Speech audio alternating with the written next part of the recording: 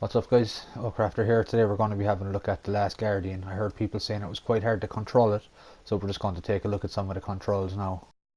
I apologise in advance for the roughness of the video, but clips are all taken straight out of my own gameplay. I didn't really plan on making a video at the time. So in the early game, when you don't really have much control over Trico, he will still respond to pressing R1 to call his name. That will get him to look at you. And then by holding R1 and press circles, you'll clap your hands like so.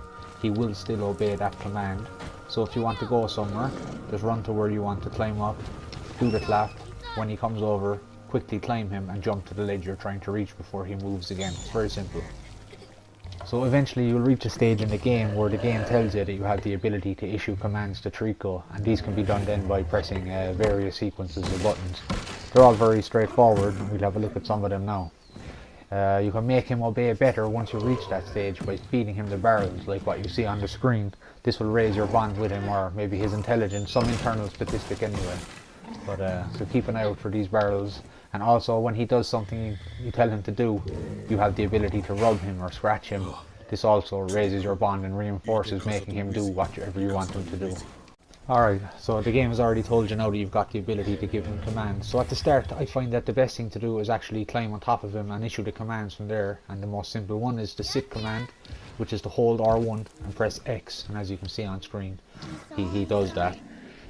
So now that he's done what he said, we'll give him a little scratch on his back. This just lets him know he's done the right thing. And now by standing here between his wings, so when you call him by holding R1 he can see you and then point in the direction he wants to go by moving the left stick. You don't need to tell him to jump or anything if it's obvious. If it's contextual, he'll do what is obvious to do. So here again we have it. Stand slightly behind the wings so that when he turns his head he can see you. He needs to be able to see you at the start when your bond is quite low. And then just point in the direction you need him to go. And like I said previously, it's contextual. So he's going to walk over in the direction that he saw me pointing. The gate is locked, but he knows you want him to go this way, so you must want him to go up there. So he's quite intelligent, but if you issue too many commands, you'll spam it and you'll confuse the AI, and then he won't do anything. So issue your command, give him a little bit of time to realise what you wanted him to do, and if he doesn't do what you want, then try issuing another command. The important thing is don't spam it. So in this clip, I want him to jump, but it's not obvious to him where to go. So by holding R1 to call him, once he makes eye contact, continue holding R1 and press the triangle button. This tells him jump, and he'll automatically start looking for a ledge that he can reach.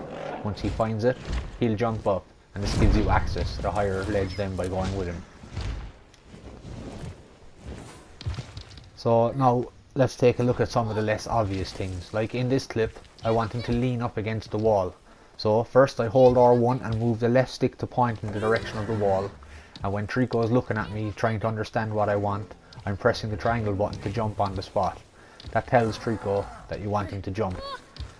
So once he does it, make sure to give him a scratch, because it's not obvious to him why you want him to go up there. There's no ledge, there's no passageway. He's only doing it because you told him to do it. So when he does things like that, be sure to reward him and raise your bond.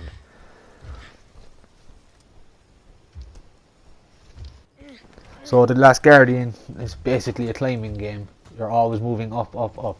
So you can jump or fall off any ledge and you'll survive it as long as you can land on Trico. It doesn't matter the height.